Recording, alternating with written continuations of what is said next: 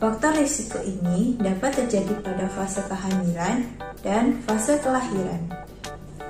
Faktor risiko yang terjadi pada fase kehamilan yaitu golongan darah, resus darah, adanya riwayat kelahiran bayi kuning, diabetes, dan faktor genetik.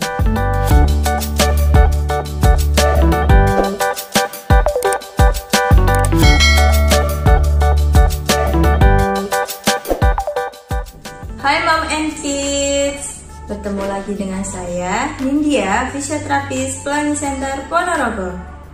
Kali ini saya akan membahas tentang ikterus atau penyakit kuning pada anak.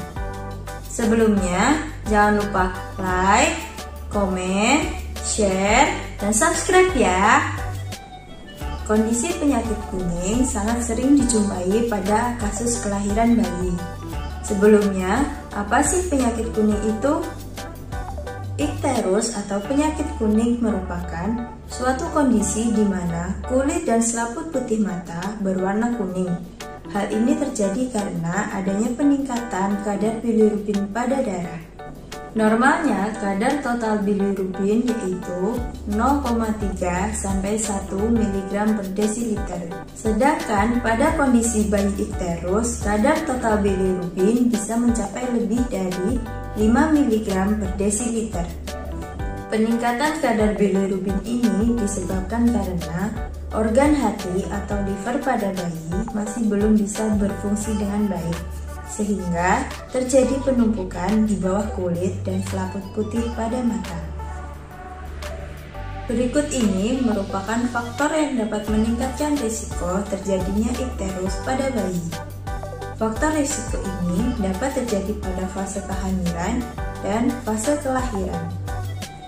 Faktor risiko yang terjadi pada fase kehamilan yaitu golongan darah, resus darah, adanya riwayat kelahiran bayi kuning, diabetes, dan faktor genetik.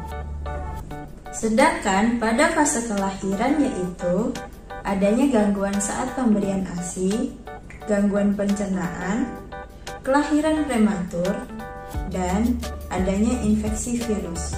Berdasarkan tingkatannya, ikterus dapat dibagi menjadi 3, yaitu ringan, sedang, dan berat.